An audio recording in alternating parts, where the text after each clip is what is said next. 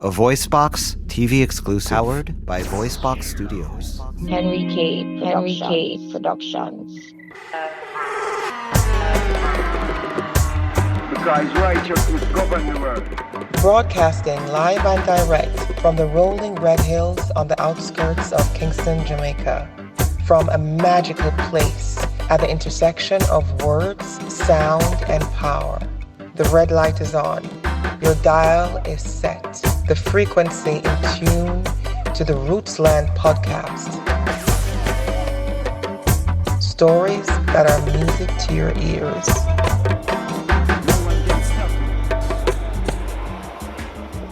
Hey, Kyria, you like Chinese food? You're asking me if I like Chinese food? Jamaica have the best Chinese food in the world. Bob, that's a pretty bold statement. I'm from Long Island, New York. Chinese food is like a religion. After slavery was abolished in the 19th century, the British still needed laborers to work the plantations and estates of their colonized Caribbean islands. Tens of thousands of Chinese arrived as indentured workers, lured to the New World for a better life, if not for themselves, for their children and grandchildren. Signing long-term contracts for low wages, they endured harsh living conditions and back-breaking labor. For those who stayed in Jamaica, the sacrifice paid off. With savings from their small salaries, they established roots, built shops, and set up businesses.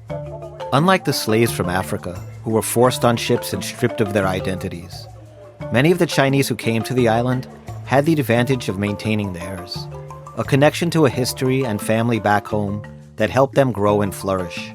This allowed the Chinese Jamaicans to keep many of their traditions, like language, holidays, and to quote Bob Marley, the best Chinese food in the world. The security guard waved us into a well-lit parking lot in an upscale plaza. A silver F-150 pickup with its window open pulled alongside us. Bob Andy, wait. Long time no see, you know. How you doing, man? Not as good as you, Minister. How is the lovely wife? Actually, it is funny that you should have asked, because actually the two of us are attending your show in Morgan's Harbour in a few weeks. We're looking forward to a nice show, you know.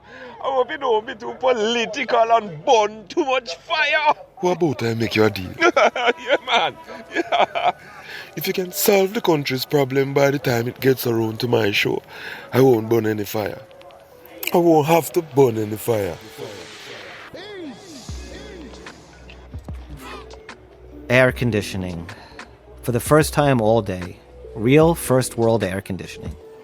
Gordon's was on the second floor and one of New Kingston's hottest restaurants, with a menu that featured some of the best fusion Chinese in town. A modern island feel, designer teakwood tables rested under hanging linen banners with Chinese calligraphy. Jamaica's national motto is out of many, one people, and the crowd dining at Gordon's lived up to it. It was a multicultural blend of the island's various nationalities and races, an exotic mix of beautiful people of all shades and hues. It looked like the VIP section of a Drake after party. I enjoyed a frozen fruit punch. It quenched a thirst that had been building all day. The smell of spices filled the air. I melted into my seat, and as much as I was able to relax and drift away into a delicious meal, every time I looked at Bob, it brought me back to reality. His reality. In his classic song Bob Marley sings, "The ghetto stays in the mind, right where it's been all the time." Heading back into the ghetto for Bob was like a soldier returning to the scene of a battle. It triggered a form of PTSD, survivor's guilt mixed with memories of violence, betrayal, and loss. A battle he was still fighting. But Bob Marley was a street fighter. Right now, he had a bigger challenge. The fight going on in the boardroom at Tough Gang. Because on the streets, you know your enemies. In the corporate boardroom, they're all your enemies. It's as simple as that, brethren. Bob Marley ordered another fruit punch and advised I do the same. Kyria, you want another drink? By the time he finished telling me what was happening at Tough Gang, I had polished off 2 rum punches. And I don't know what was making my head spin more, the alcohol or the story.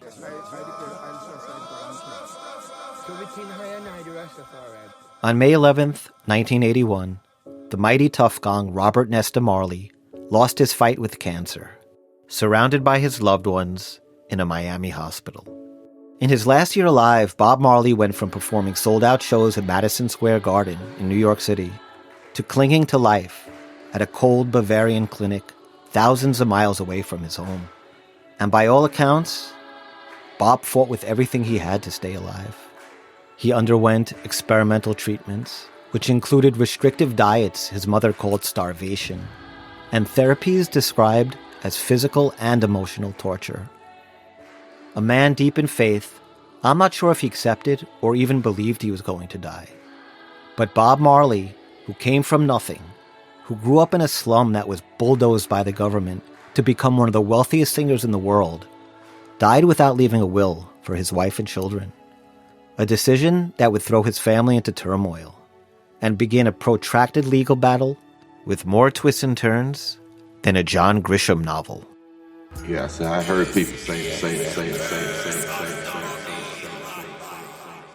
The events surrounding Bob's cancer diagnosis, treatment, and death have been the subject of endless conspiracy theories. Everything from CIA assassination plots to Nazi doctors and voodoo curses. All I know is on that misty Miami day, the world lost a voice that stood up for the oppressed, that fought for the dignity of men, and inspired generations from all over the world to be better people, to wake up and live. His last words to his oldest son, Ziggy, was "Money can't buy life."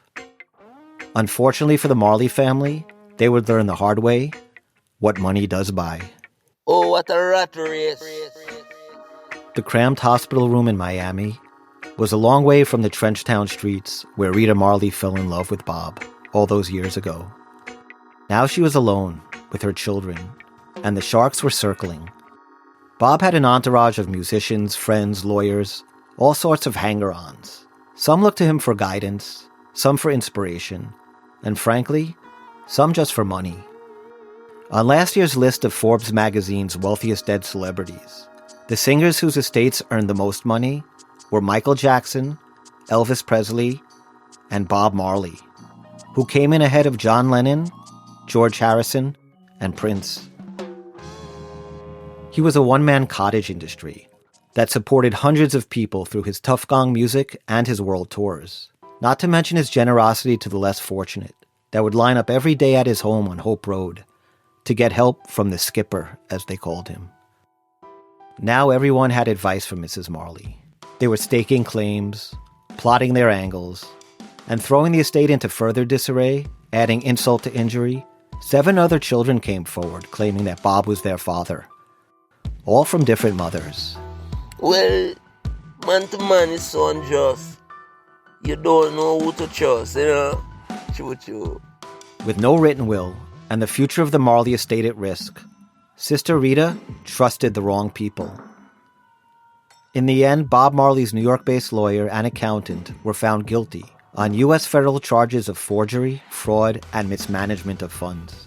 The Jamaican government and the courts intervened. They removed Mrs. Marley as the administrator of the estate, replacing her with a conservative lawyer who disliked Bob Marley when he was alive, and now seemed determined on making life as difficult as possible for the surviving family members. The politicians and government, businessmen and lawyers, everything and everyone Bob Marley spent his life fighting against now controlled his legacy and future.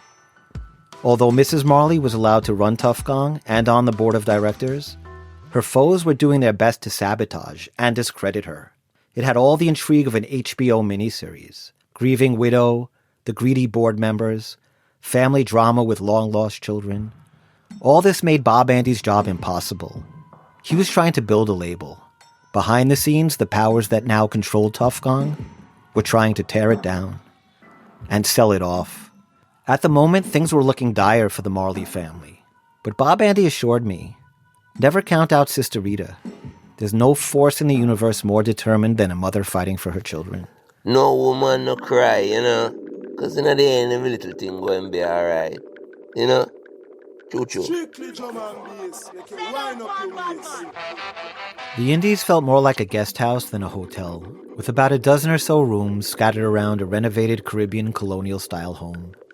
Bob dropped me off in the parking lot. I walked across the wooden floors of the lobby to the reception area and handed over my reservation number and passport.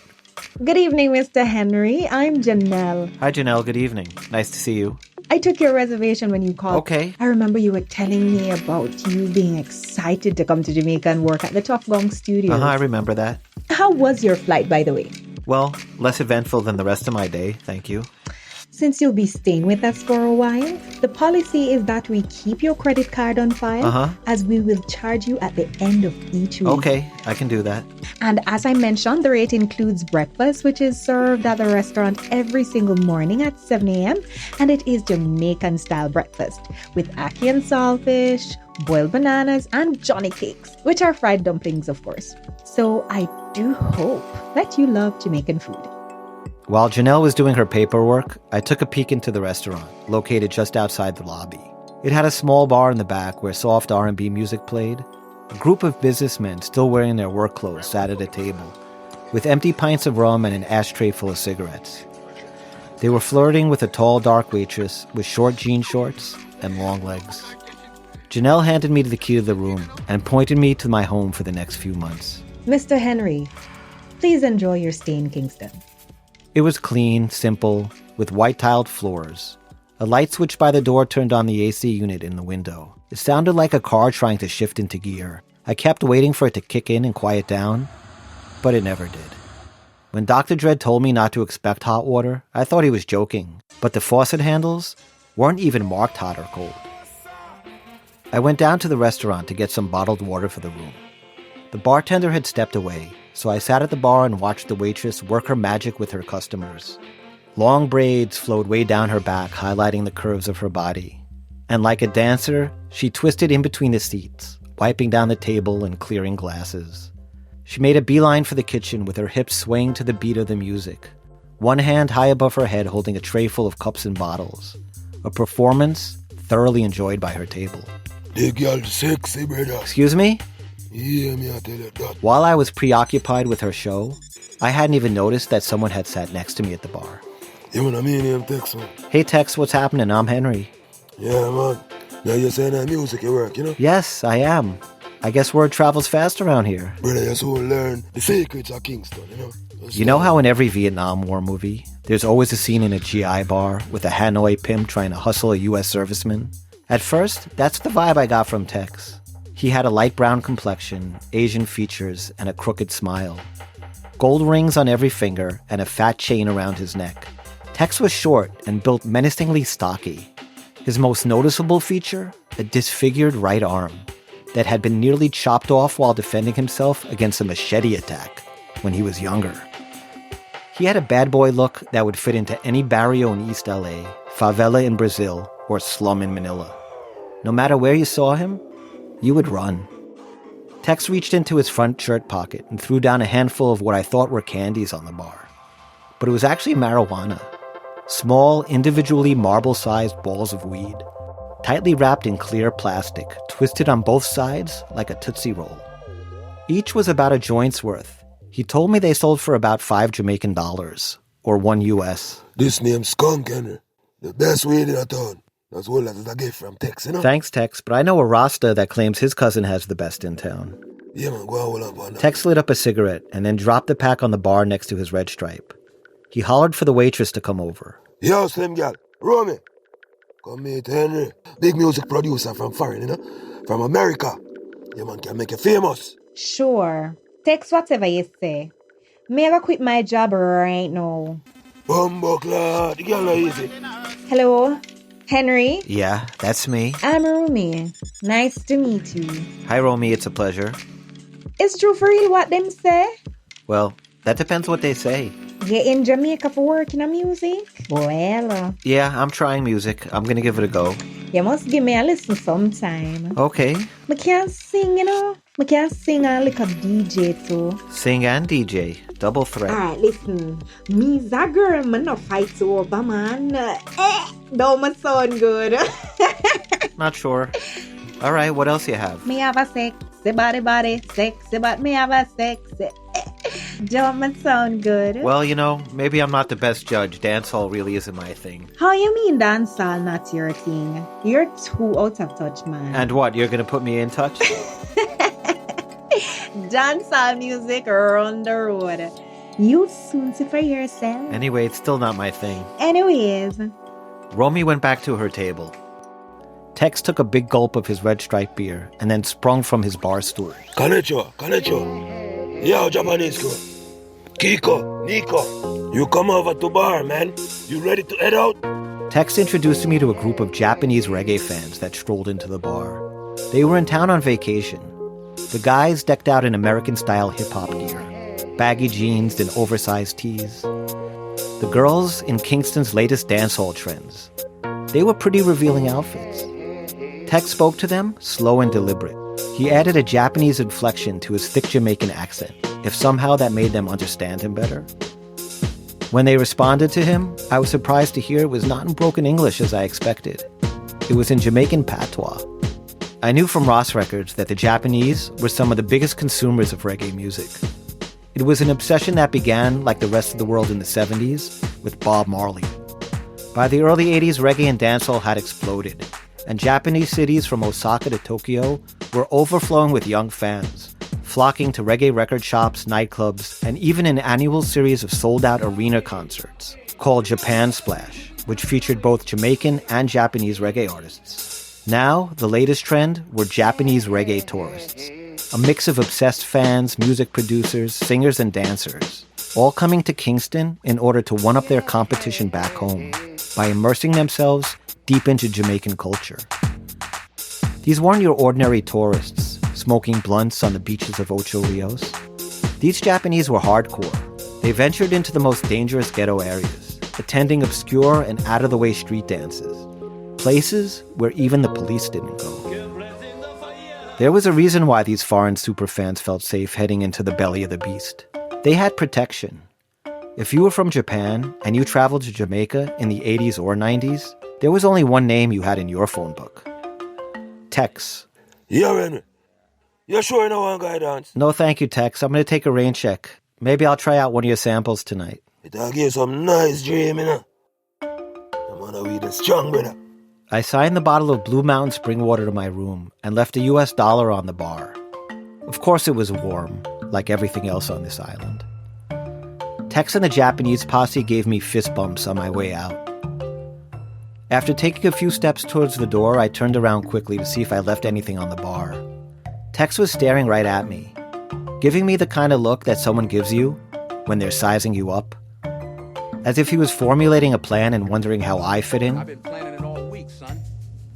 As it turns out, the more interesting story was how Tex fit into my plan. Because without Tex, there was no plan.